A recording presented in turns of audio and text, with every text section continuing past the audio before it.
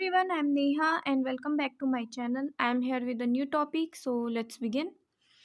In this video, we will discuss about psychodynamic theories means start करेंगे हम और जिसमें इग्नू के सिलेबस में Sigmund Freud's psychoanalytical theory है और कैरन हॉर्निस की social foundation of personality theory और थर्ड है सल्वियंस की थ्योरी ऑफ पर्सनैलिटी।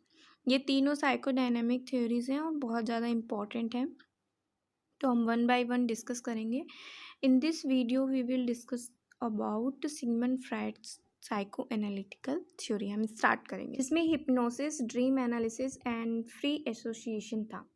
इन्होंने कुछ फिजिशियंस के साथ काम किया और उसमें जो सिंपली बातचीत होती थी, कन्वर्जेशन होता था बिटवीन पेशेंट एंड जो फिजिशियंस होते थे, उनकी बातों को सुनते थे वो, और उसके बाद फिर उनकी प्रॉब्लम्स के सिम्टम्स एक्चुअली में आए कहाँ से हैं, उसके थ्रू उनकी वो हेल्प करते थे।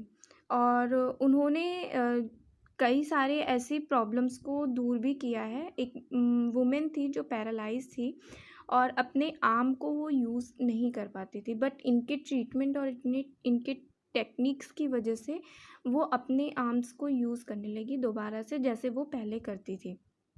तो बेसिकली जो फ्राइड थे वो जो मेंटल प्रॉब्लम्स जिनको होती थी, जो सफ़र करते थे उससे, उनको उनकी प्रॉब्लम्स को सुनते थे और फिर उस सिम्टम्स को, किस रूट क्या है उस सिम्टम्स का, फिर उसके थ्रू जो प्रोसीजर वो यूज़ करते थे उससे प्रॉब्लम्स को दूर करते थे।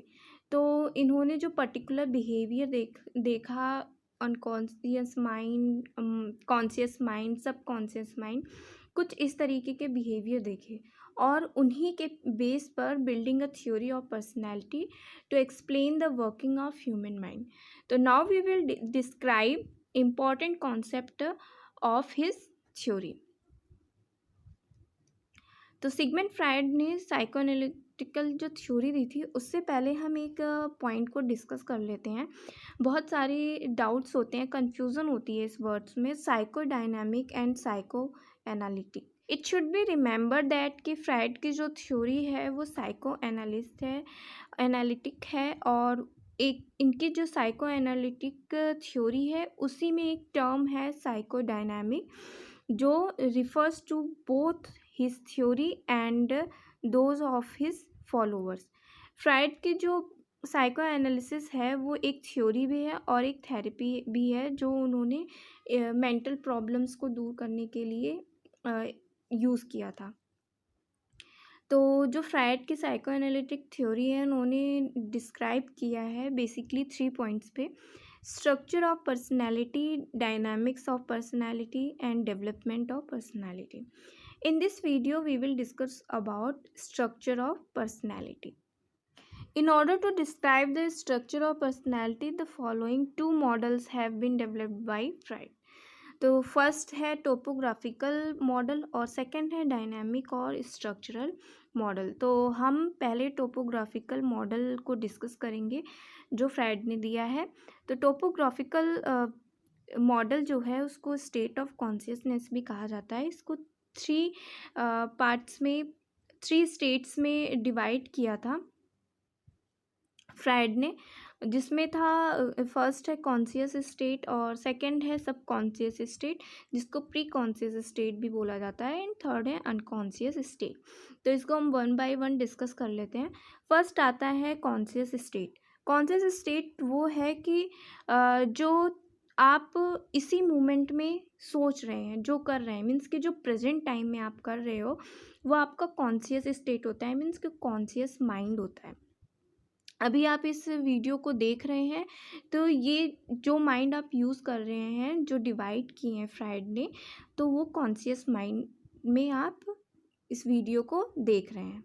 ठीक है, अब आते हैं सब कॉन्शियस स्टेट और pre conscious state.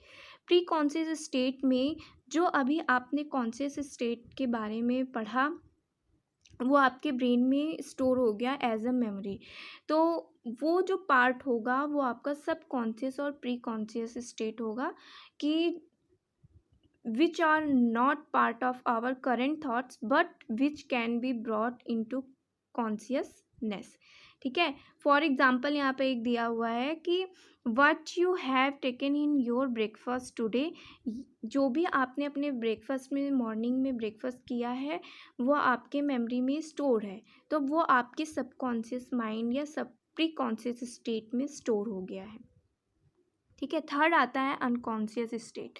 Unconscious state वो माइंड है जिसमें आप अपनी प्रॉब्लम्स को, अपनी फीलिंग्स को, बेसिकली अपनी फीलिंग्स को हाइड करते हैं, रिप्रेस करते हैं और अनअवेयर होते हैं उस चीज़ से, वो अनकॉन्शियस माइंड में आता है।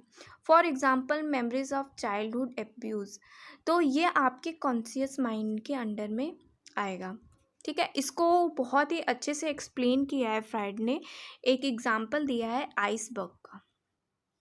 इसके थ्रू आपको बहुत ही अच्छे तरीके से समझ में आएगा। जो आइसबर्ग है इसका जो ऊपरी हिस्सा होता है जो हमें साफ साफ दिखाई दे रहा है, ये हमारा कॉन्शियस माइंड होता है। ठीक है, और सब कॉन्शियस माइंड वो है जिसका थोड़ा सा पार्ट हमें पानी में दिखाई दे रहा है, बट अनकॉन्शियस माइंड वो है व्हाट वी कंसील, जो हम छिपाते हैं, हाइड करते हैं, वो हमारा अनकॉन्शियस माइंड में होता है। अब इनकी परसेंटेज भी इन्होंने दी है कि कितना पार्ट कॉन्शियस है और कितना पार्ट प्री कॉन्शियस है, उसको देख लेते हैं। तो इन्होंने बताया जो आइसबर्ग का 10% विजिबल पार्ट है वो कॉन्शियस माइंड है। ठीक है, और 90% मीन्स कि ये पूरा का पूरा परसेंट प्री कॉन्शियस या अनकॉन्शियस माइंड है। तो pre conscious mind allotted approximately 10 to 15%, और वहीं पे अनकॉन्शियस माइंड है 75 to 80%, क्योंकि हम अपनी फीलिंग्स को यहाँ हाइड कर रहे हैं।